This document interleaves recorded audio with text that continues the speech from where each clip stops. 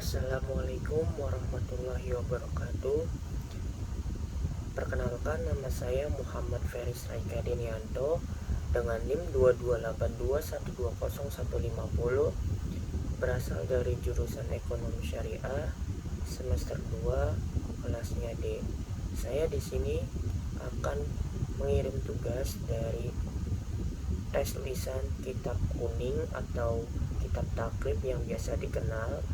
Maka dari itu, saya dari Fakultas Ekonomi dan Bisnis Islam akan membacakan kitab takrib atau kitab kuning pada halaman 666 tentang dihar. Dihar ini lebih ke arah spesifik karena ke pernikahan. Baik, sebelum saya akan menjelaskan secara detail tentang dihar di halaman 66 ini, izinkan saya untuk menunjukkan kartu identitas diri saya berupa KTM. Ini KTM saya. Ini KTM-nya. Selanjutnya, Bismillahirrahmanirrahim. Dengan mengucap basmalah, saya akan menjelaskan mengenai dihar. Jadi kalau misalkan diartikan satu persatu ini, dihar ini itu mengenai tentang hubungan suami ke istri, bukan istri ke suami, tapi suami ke istri. Kenapa dikatakan demikian? Karena ketika sepasang pasutri, pasangan suami istri ini ingin melangsungkan hubungan badan atau hubungan seksual atau lain-lainnya itu, ketika seorang suami atau laki-laki mengatakan kepada istrinya bahwasannya punggungnya seperti punggung ibunya, maka laki-laki tersebut akan dijatuhkan hukuman. Nah, hukumannya itu apa aja? Nah, di sini ada 3 hukuman yang dijelaskan langsung di kitab ini. Nah, hukumannya itu berbentuk kafaroh dan ini wajib hukumnya, karena bagaimanapun juga ibu kandung itu adalah ibu yang tidak boleh dinikahi, sedangkan istri itu adalah istri sah kita yang memang kita halalin itu. Jadi kafarohnya itu yang pertama memerdekakan budak. Nah, memerdekakan budak ini ketentuannya itu harus mukmin. Mukmin ini terus yang terbebas atau selamat dari aib-aib buruk yang dapat membahayakan si penyelamat budaknya dan budaknya. Karena ketika budak itu dibebaskan tapi budak tersebut memiliki aib, pasti akan tercoreng namanya, dan ketika akan membebaskan budak tersebut akan mengalami hambatan. Lalu yang kedua itu berpuasa selama 2 bulan berturut-turut.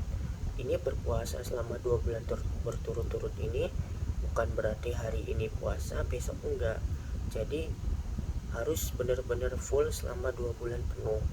Kenapa harus seperti itu? Karena hukumannya ini memang sengaja dibuat agar seorang suami atau bagi diri saya ketika ingin membuat keturunan atau menghasilkan buah hati itu tidak selayaknya mengatakan bahwa punggung istri kita sama dengan punggung ibu kita. Dan budaya-budaya seperti ini memang sudah menjadi tradisi di negara Arab sana, dan budaya seperti ini masuk kepada ranah usul fikih. Nah, usul fikih ini di luar dari pembahasan kitab ini. Lalu tadi kan berpuasa ya selama 2 bulan, itu hukuman yang kedua. Nah, berpuasa ini memang wajib untuk dilaksanakan berturut-turut selama 2 bulan. Jadi 1 hari pun tidak boleh batal. Ketika 1 hari itu nggak kuat ataupun merasa sudah tidak sanggup lagi, maka itu akan batal dan akan mulai lagi dari nol. Seperti itu ketentuannya. Lalu yang ketiga, hendaklah memberi makan kepada orang-orang miskin. Nah, kepada orang-orang miskin ini ada ketentuannya, itu 60 orang dan setiap orangnya itu diberikan 1 mud. Nah, 1 mut ini berarti setara sama 1 orang, berarti bisa dikatakan 1 kilogram. Jadi kan kalau misalkan barang kebutuhan pokok kita kan di negara ini itu beras. Nah, berarti 1 kilo beras untuk 1 orang miskin. Jadi kalau misalkan di Arab sana itu kan barang kebutuhan pokoknya itu seperti gandum ya, gandum, terus sereal gitu, jagung,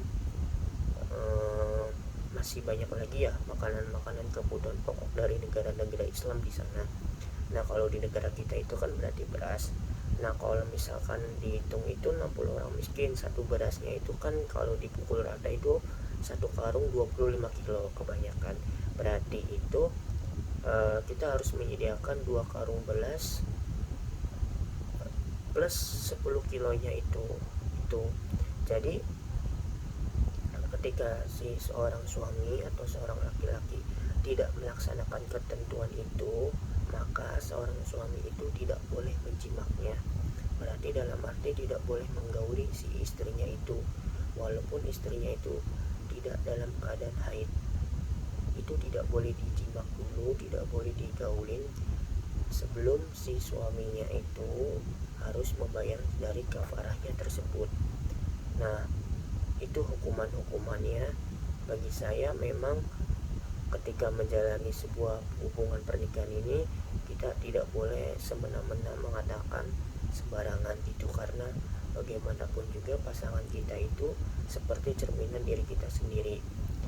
Ya, cerminan diri kita sendiri berarti ya sama aja kayak dia yang melengkapi kita dengan mengisi kekurangan kita.